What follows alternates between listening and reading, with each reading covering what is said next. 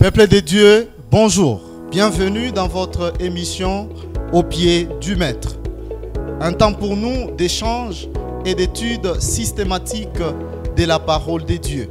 Moi, c'est votre humble serviteur, le frère Tison Bouya. Je ne serai pas seul sur ce beau plateau. J'ai le plaisir d'accueillir l'ancien Jeff Ngoyi, à qui j'ai dit bonjour et bienvenue. Bonjour, merci frère Tison. Comment vous allez, mon ancien? Nous sommes très bien portés. Ça fait très longtemps qu'on s'est vu. Très longtemps vraiment, mais je suis très heureux. Et moi depuis. Il ne sera pas seul. Je vais aussi accueillir ma sœur Mireille Ngoyi, à qui j'ai dit bonjour et bienvenue. Bonjour frère Tison. Comment vous allez? Je vais très bien par la grâce de Dieu. Je suis très content de vous recevoir sur ces plateaux d'Advent Media. Moi, je suis ravie. Avant que nous puissions commencer, ma sœur, vous pouvez nous conduire en prière. Prions. Seigneur, nous sommes prêts à parler de ta part. Que ton Esprit Saint soit au milieu de nous, mais sur notre langue de paroles convaincantes du début jusqu'à la fin, au nom de Jésus. Amen. Amen. Peuple de Dieu, nous vous invitons à prendre vos Bibles, prenez votre carnet ainsi que stylo, parce que l'étude va commencer. Nous serons au pied du Maître pour connaître sa volonté. Et rassurez-vous que vous avez fait la bonne part d'être au pied de Jésus. Nous sommes dans cette étude trimestrielle du thème allusion, image et symbole. Et la semaine passée, nous avons vu la leçon numéro 4 qui était intitulée Les nations, première partie. Dans Daniel chapitre 7, le verset 14. Nous avons vu que les nations symbolisent les païens.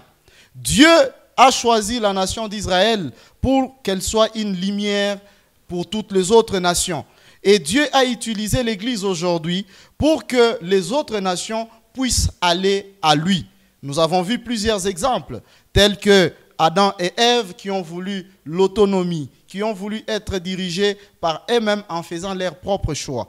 Nous avons vu aussi la nation d'Israël qui cherchait à avoir un roi, qui voulait être dirigée par elle-même. Et enfin, nous avons vu l'appel d'Abraham. Dieu lui dit de quitter sa nation.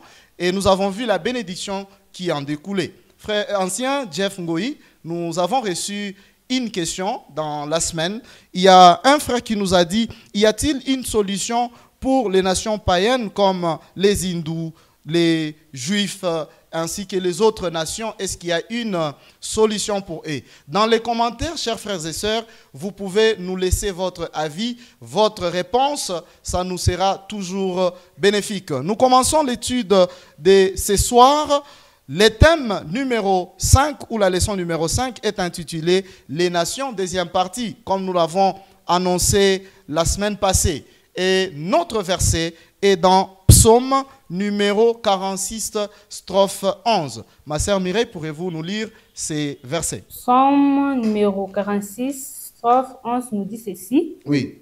Arrêtez et sachez que je suis Dieu. Je domine sur les nations, je domine sur la terre. Amen. Merci beaucoup, ma sœur, pour cette lecture. Vous comprenez quelque chose dans cette lecture? Oui, oui. Et là, nous pouvons comprendre. D'ailleurs, c'est facile ici à comprendre. Oui. Ici, Dieu lui-même nous montre qu'il est le seul Dieu qui règne éternellement. Malgré les successions des rois, malgré le règne des rois de cette terre, mais il y a un seul Dieu qui règne éternellement. Merci beaucoup, ma sœur, pour cette explication.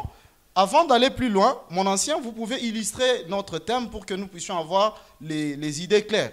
Oui, il y a un père à la maison, il voit son fils très ennuyé. Oui. Et étant papa, il ne devrait pas vraiment supporter cette attitude dans son enfant. Alors que faire? Il décide de l'amener dans un film des animaux pour qu'il se détende. Pour les déstresser. Voilà, arrivé, l'enfant regarde le film, il y a la cruauté dans les films, il y a des animaux qui tuent les autres, les vautours qui tuent les moineaux. Alors, l'enfant voyant cela, il se sent vraiment peureux. Ah, il était frustré avec ces images-là. Frustré, il ne devrait pas vraiment supporter cela et il ne devrait que demander à son papa de les réamener à la maison. Oui. Alors, le papa comprendra à la suite que son devoir n'était pas vraiment un succès. Qu'est-ce que cela veut nous dire? Il y a des nations puissantes qui veulent dominer sur des faibles nations. Des grandes puissances qui veulent vraiment se faire voir aux autres. La méchanceté veut triompher sur la justice et les méchants veulent vraiment faire du mal aux justes. Mais il y a de l'espoir car Christ reviendra et il va triompher sur les mal et nous aurons vraiment la vie paisible. Wow, merci beaucoup, frère ancien Jeff. Oh, j'ai toujours l'impression de vous appeler frère. Il n'y a pas de problème. Ancien Jeff Ngoyi, merci beaucoup pour cette illustration. Ce soir, nous allons examiner les problèmes qu'avait causé l'autonomie, les désirs d'autonomie, les désirs de vouloir se diriger par des rois humains. Nous allons examiner cela et aussi nous allons voir comment Dieu avait déjà prévenu ça avec les livres de Daniel. C'est ainsi que nous avons subdivisé notre leçon dans deux parties. La première partie, c'est l'avertissement des nations. Et la deuxième partie, c'est la solution divine. Sans plus tarder, nous passons à la première partie, l'avertissement des nations. Nous allons ici comprendre ce que Dieu veut qu'on puisse comprendre par rapport au mot nation. C'est ainsi déjà, je voudrais qu'on puisse comprendre ce qui s'est passé dans le jardin d'Éden. Imaginez-vous, Dieu met Adam et Ève dans le jardin d'Éden et puis il vient leur donner une loi. Est-ce qu'il avait vraiment besoin d'imposer cette loi-là aux humains en les mettant là-bas? Et surtout en sachant que ces gens-là pouvaient à un moment donné désobéir. Est-ce que Dieu avait besoin que les hommes puissent tomber? Ou soit c'était déjà sa préméditation pour qu'il les chasse dans les jardins d'Éden? Ancien Jeff, pourriez-vous répondre à cela? Dieu n'a pas prémédité la chute d'Adam et Ève. Ok. Et Dieu ne peut jamais mettre l'homme sur un piège. J'aimerais que nous revenons d'abord sur cette loi pour la comprendre. Oui. En Genèse chapitre 2, le verset 16. Genèse chapitre 2, le verset 16. La Bible dit: L'Éternel Dieu donna cet ordre à l'homme. Oui. Tu pourras manger de tous les arbres du jardin. 17. Mais tu ne mangeras pas l'arbre de la connaissance du bien et du mal. Car le jour où tu en mangeras, tu mourras. C'est une loi qui est donnée. Oui. D'ailleurs, c'est la toute première qui intervient dans la Bible. La toute première loi oui. qui est donnée par Dieu aux hommes. Oui. Dieu ne pouvait pas laisser l'homme sans la loi. Dieu voulait que l'homme soit éduqué, l'homme soit enseigné. L'Éternel n'est pas seulement un créateur pour ses créatures, mais il est aussi un enseignant pour ses élèves. Alors, l'enseignant a besoin de voir l'obéissance à ses enfants. Donc, Dieu voulait éduquer Adam et Ève. Il voulait à ce que son peuple puisse vraiment vivre dans une parfaite obéissance et non pas lui vouloir une chute.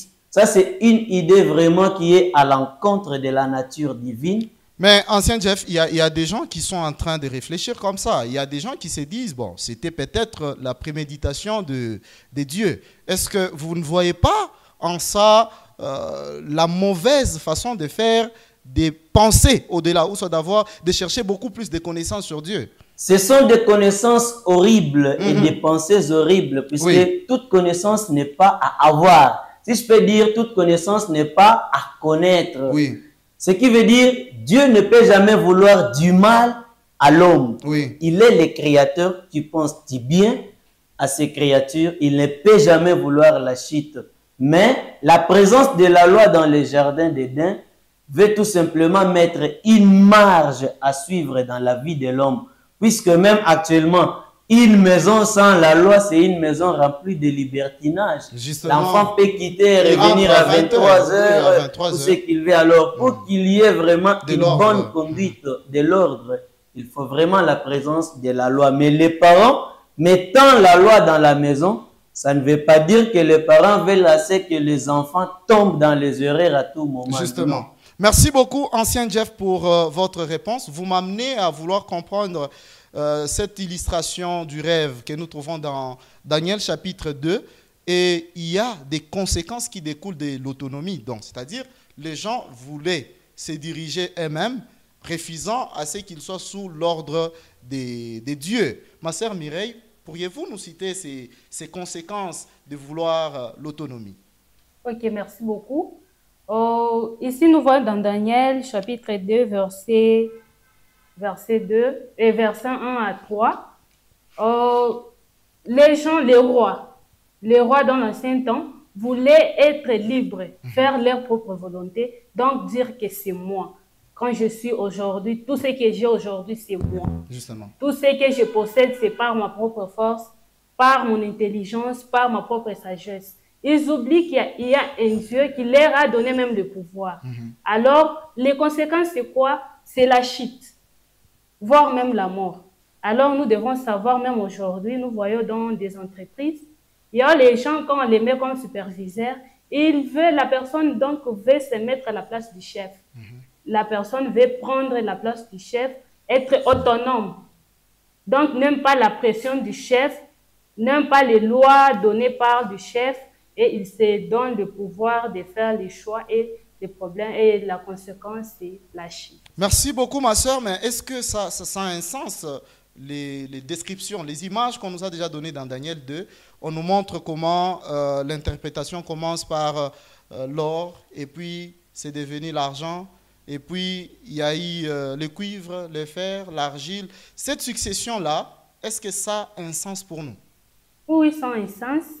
Parce que, premièrement, Daniel, quand il a vu les songes, il a voulu d'abord donner l'explication textuelle des songes qu'il a eus. Il a voulu d'abord montrer à ces rois-là qui s'enorgueillissaient. Il a voulu d'abord montrer, même quelle que soit ta force, quelle que soit les richesses que tu possèdes, tu finiras par être détruit et il n'y a qu'un seul Dieu qui va régner. Justement, mais il y a cette citation de Charles Darwin qui a parlé de l'évolution. Il dit que l'homme évolue. Et surtout aujourd'hui, ancien Jeff, quand on voit la technologie, on s'est dit certainement l'homme est en train d'évoluer.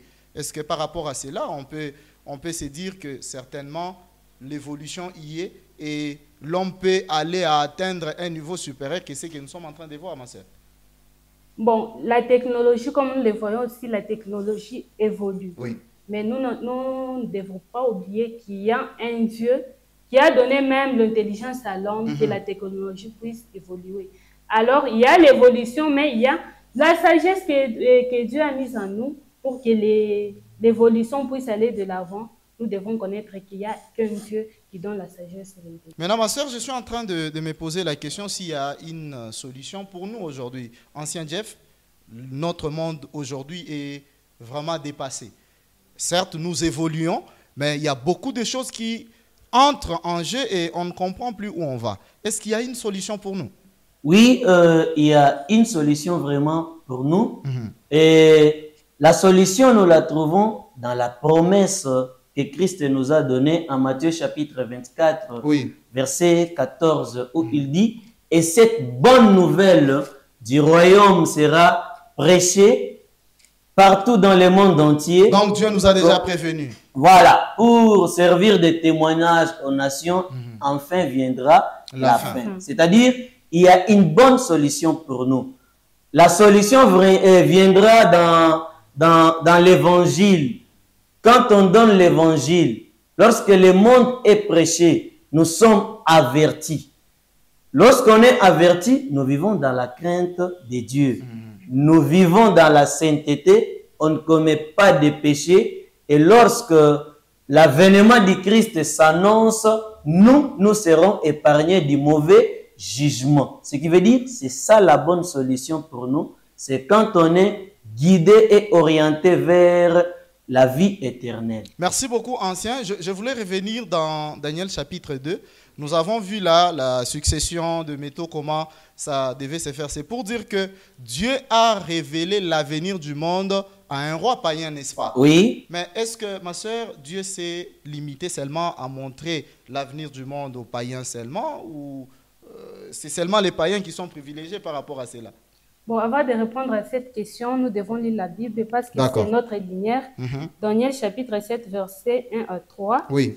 Daniel chapitre 7, le verset 1 à 3, il est dit ceci. La première année de Belchatsar, roi de Babylone, Daniel eut un songe et de vision de son esprit pendant qu'il était sur sa couche. Ensuite, il écrivit le songe et racontant les principales choses. Daniel commença et dit, « Je regardais pendant ma vision nocturne, et voici, les 4 vents des cieux firent irruption sur la grande mer, et 4 grands animaux sortirent de la mer, différents l'un de l'autre. » Merci beaucoup pour la lecture. Merci. Et ici, nous ne devons pas dire que Dieu s'est révélé seulement aux païens. Non, non, non. D'ailleurs, quand nous lisons bien la Bible, Dieu lui-même a commencé par Daniel lui-même. Il a révélé les songes à Daniel. Il a révélé, le même songe qu'il a révélé au roi, il est venu avec ça sur Daniel. Et quand il le révèle à Daniel, c'est avec son explication, même l'interprétation. Alors nous devons savoir que Dieu ne se limite pas seulement aux païens. Il révèle les choses à ses enfants. Et quand il révèle les choses à ses enfants, il donne même l'explication, l'interprétation, afin que les gens du dehors, qu'ils puissent voir la puissance de Dieu au service. Merci ma soeur, parce que vous parlez de l'interprétation de la prophétie. J'aimerais qu'on puisse interpréter les termes qu'on a compris ici dans Daniel 7. On parle des inondations, des vagues, on parle de la mer, on parle de la terre. Ancien Jeff Ngoui, est-ce que nous pouvons avoir l'interprétation de cela? Ça veut dire quoi? Oui, merci beaucoup. La Bible parle avec les symboles, les images et autres choses. Vous allez voir, quand on parle de la terre, nous voyons un lieu stable. La terre, c'est un lieu stable. Voilà. Oui. Et lorsqu'on parle de la mer, nous voyons des agitations, des parce qu'il y a des vagues, n'est-ce pas? Voilà, des troubles et autres. Cela se trouve en Jérémie chapitre 46, le verset 7 à 8. Vous allez voir qu'on parle de ces histoires, des agitations et tout. Mais cette tumultude dont on parle, ce n'est pas la terre promise dans Jérémie chapitre 46. Cette tumultude, non, ce n'est pas la terre promise. Ah, ok. On parle du coup des agitations venant de l'Égypte.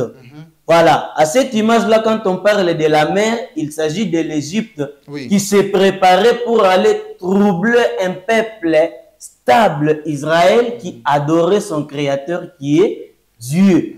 Et alors le roi d'Égypte s'est dit, je m'élèverai et j'irai faire la guerre à Israël. C'est-à-dire la mer qui est Égypte agitée et la terre qui est Israël étant un peuple stable qui adore son créateur. Mais nous aussi aujourd'hui étant Israël, nous avons besoin de cette stabilité. Nous évitons la mer qui est l'agitation et nous avons besoin de la stabilité. Comment avoir cette stabilité? Justement, c'est ça la question. Voilà, où la trouver? C'est dans la parole de Dieu. Amen. Jean chapitre 17, verset 17. Christ dit, je leur ai donné ta parole et ta parole est la vérité. Amen. Voilà, nous trouvons la stabilité dans la parole de Dieu. Quelqu'un qui est vraiment inspiré de la parole de Dieu est stable. Il n'est pas agité. Même quand il y a des pressions, il y a vraiment de la persécution. Vous voyez, un chrétien peut avoir la famine.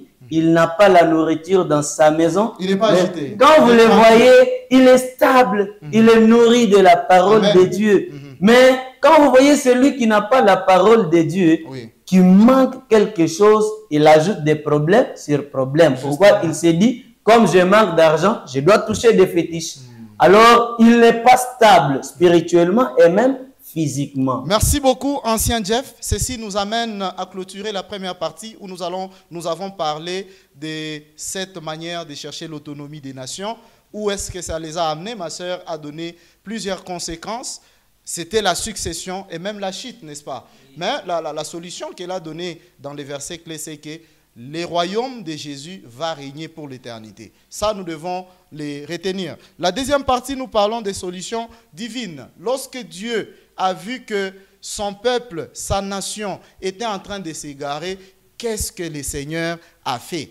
C'est là où nous allons comprendre des contextes comme la terre, la mer et l'eau. Nous allons approfondir pour avoir l'interprétation biblique de cette prophétie. Quand on te parle de la terre, qu'est-ce que vous comprenez? Quand on vous parle de l'eau, quand on vous parle de la mer, qu'est-ce que vous devez avoir comme idée? Dans la prophétie biblique, nous voulons comprendre plus ces mots-là.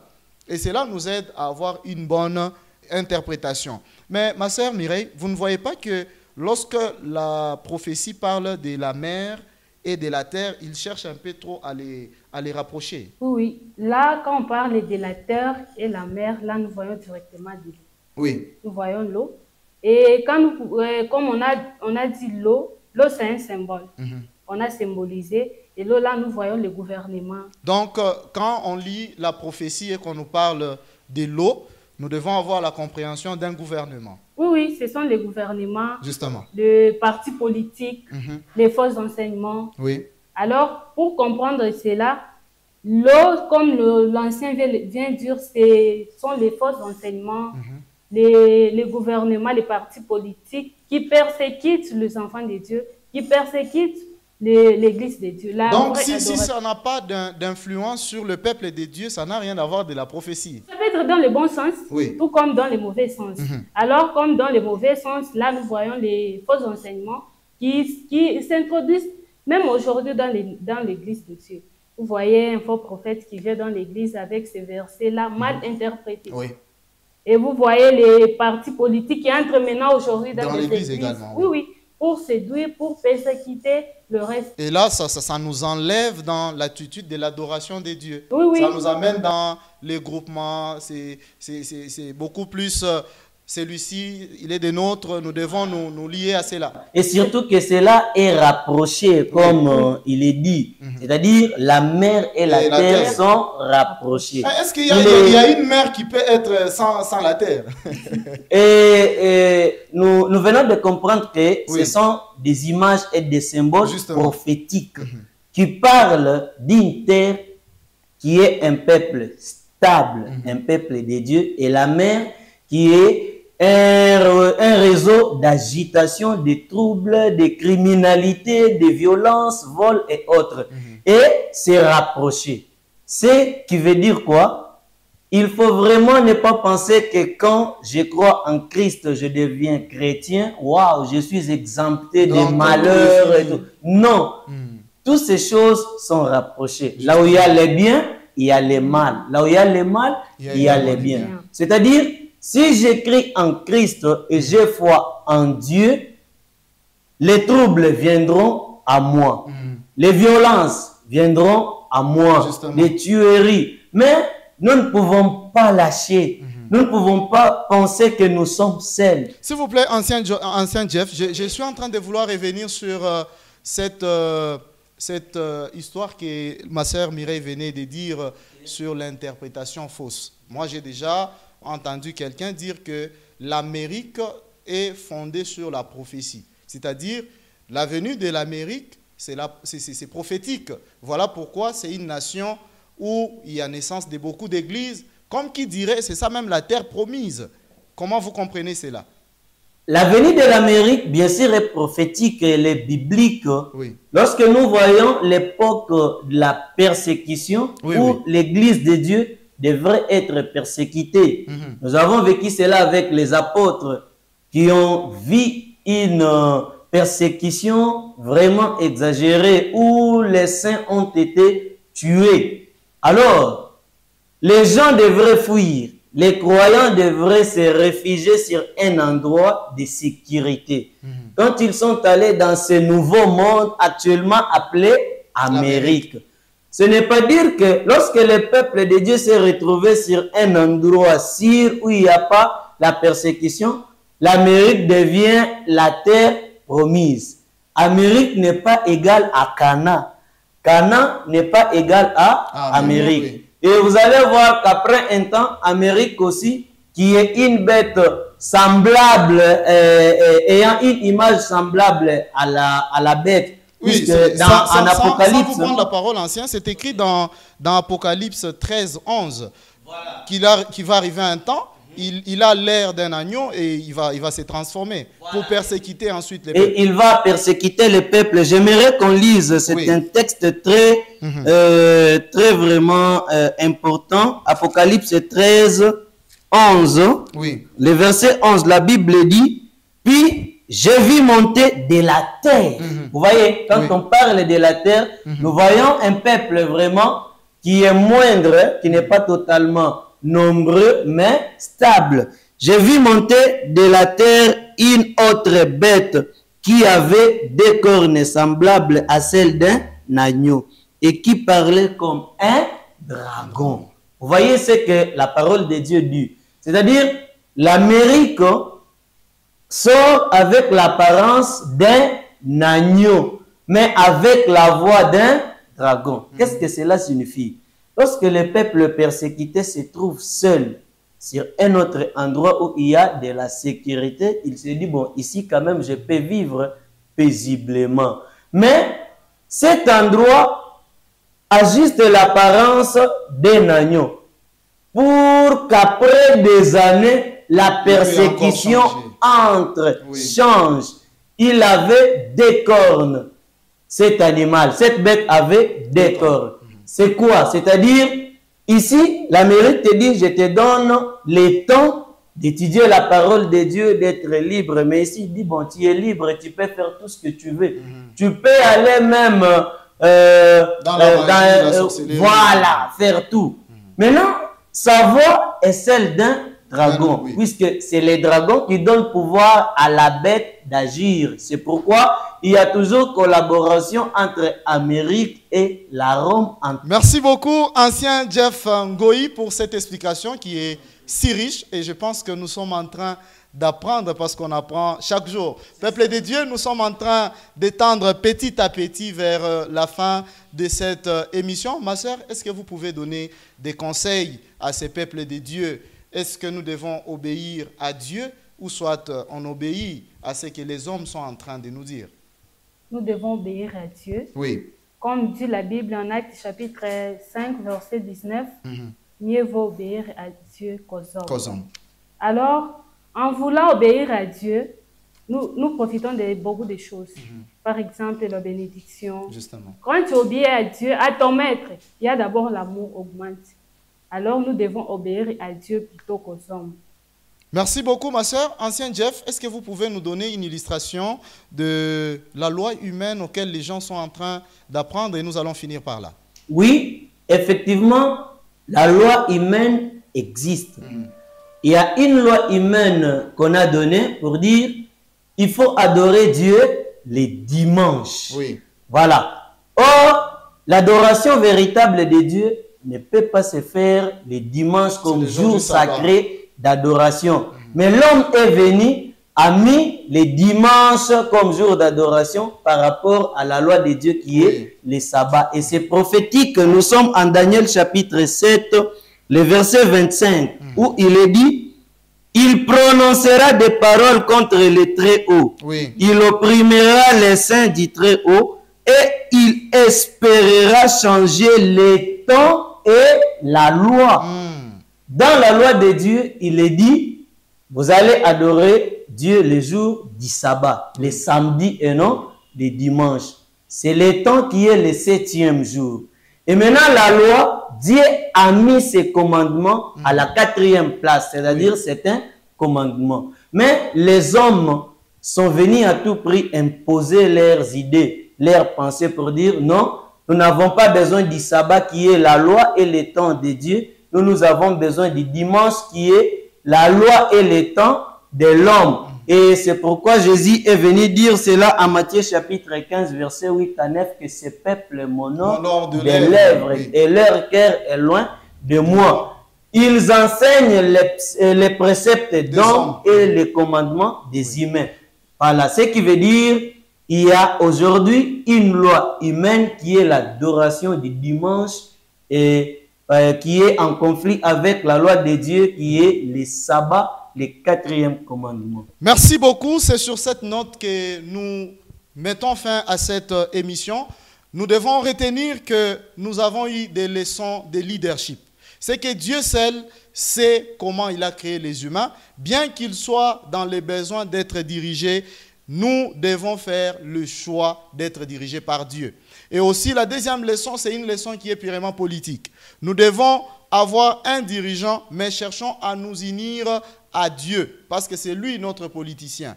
Et la dernière leçon spirituelle que nous avons eue, ce sont les perspectives d'avenir. Dieu veut être le roi de la terre et il sera le roi de la terre. Qu'on le veuille ou non, cela arrivera. Il va régner sur toute la terre, comme nous l'avons vu dans notre verset introductif.